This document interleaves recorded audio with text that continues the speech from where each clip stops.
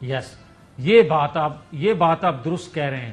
بھئی بات یہ ہے کہ آج اگر میں یہ شکوہ کروں کہ انصاف دینے والے ادارے جو ہیں 1 سال کے اندر ریاست کو انصاف نہیں دے سکے، تو دوسری جانب میری شکایت تو اصل یہ ہے کہ آپ کے انویسٹیگیٹ ادارے جو ہیں جنہوں نے 9-10 مئی کے لوگوں کو انویسٹیگیٹ کیا، انہوں نے وہ چیزیں پبلک کیوں نہیں کی؟ یعنی کہ انہوں نے لوگوں کو کیوں نہیں موجود بتایا نہیں تھا سر؟ کہ سہولت کار یہ تھا، ماسٹر مائنڈ یہ کیوں تھا؟ نہیں کیا ہوگا؟ پوچھ رہی ہوں، ایویڈنس نہیں تھا مکمل طور پہ یا کوئی اور پلاننگ تھی؟ کیا تھا؟ میں یہ سمجھتا ہوں کہ مختلف بالکل صحیح آپ نے سوال کیا کہ پلاننگ کیا تھی، منصوبہ بندی کیا تھی طاقتور حلقوں کی.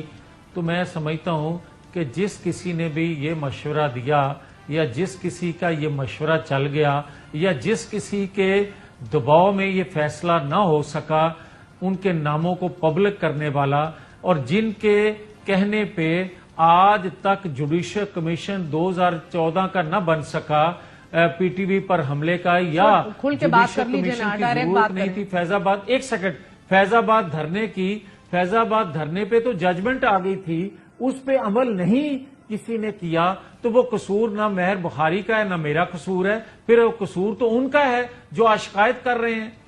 اور یہی باتیں ہم کیا کرتے تھے پہلے بھی. دیکھیں 2014 سے 18 تک جس کی حکومت تھی، آپ دیکھتے آئے کہ 2/3 اکثریت رکھنے والا پرائم منسٹر 2/3 اکثریت رکھنے والا پرائم منسٹر مکھن سے بال کی طرح نکال دیا گیا یہ کہہ کر کہ اس نے بیٹے سے تنخواہ نہیں لی.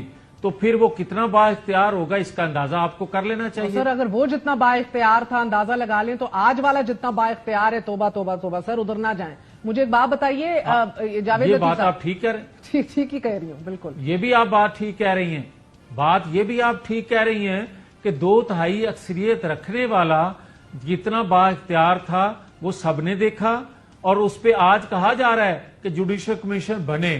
جب ہم بات کرتے تھے تو کہتے تھے کہ اداروں کے خلاف یہ بولتے ہیں، مجھے ایک اور غداری کے مقدمے ہمارے پہ بنتے تھے. ٹھیک ہے سر، وہ ایک اور اہم ترین بات بتائیے. ایک آئیڈیل دنیا، ایک آئیڈیل پاکستان میں جدھر عدالتیں آزاد ہوں، جدھر ہر ادارہ اپنی آئینی حدود میں کام کر رہا ہو، پارلیمنٹ جو ہے سب سے تگڑی ہو، خود مختار ہو، ایک آئیڈیل ملک کے اندر جدھر قانون اور آئین کا راج ہو، ادھر 9 میں کرنے والا ماسٹر مائنڈ جس کو آپ اخذ کر چکے ہیں کہ عمران خان ہے، پی ٹی آئی ہے، ایک آئیڈیل ورلڈ میں اس کے ساتھ کیا ہونا چاہیے؟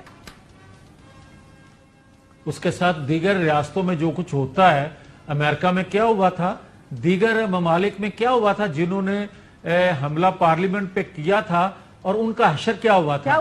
مگر ہمارے ہاں 1 سال 14 18 سال سزائیں ہوئی.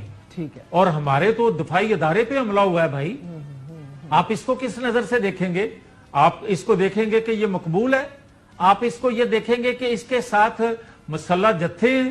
آپ اس کو یہ دیکھیں گے کہ غیر ملکی قوتیں اس کے اور پیچھے آخری سوال سر، آپ سے ایک آخری سوال کہ اس پوچھوں کو گی، فنڈنگ ہو رہی ہے. واضح کر دیا آپ نے اپنا موقف. آخری سوال آپ سے پوچھوں گی کہ اس پورے سسٹم کے سب سے بڑے بینیفیشری پی ایم ایل این نے اپنے آپ کو تصور کیا، پھر 8 فروری کو جو پی ایم ایل این کے ساتھ ہوا اور اب آگے بھی جو ہونے جا رہا ہے، آپ کو لگ رہا ہے کہ پولیٹیکل کیپٹل ریوائیو ہو جائے گا آپ کی جماعت کا؟ دیکھیں ہم کبھی بھی بینیفیشری نہیں تھے 9-10 مئی کے. ہمارے ساتھ وہ نہ ہوتا 9-10 مئی تو آج 8 فروری کا سینیریو چینج ہوتا. ہمارے ساتھ 18 ماہ کی حکومت بنوانے کی جو مینجمنٹ ہوئی وہ بھی ایک سازش تھی، اور اس سازش میں ہم نے پاکستان کی محبت میں خود کو پیش کر دیا. کس نے سازش کی تھی آپ کو؟ کس نے ہاتھ میں روڑ کے حکومت بنوائی تھی؟ ایک سیکنڈ میری بات مکمل ہو رہی ہے. مجھے تو تجسس ہو جاتا ہے ایک دم. کس نے سازش کی؟ میری ایک سیکنڈ میں یہ کہتا ہوں کہ 8 فروری کو بھی جو مینجمنٹ کی گئی، اگر ہمارے پاس سادہ اکثریت نہیں تھی تو ہمیں کیوں کہا گیا حکومت بنانے کے لیے؟ ہم نے تو انکار کیا تھا.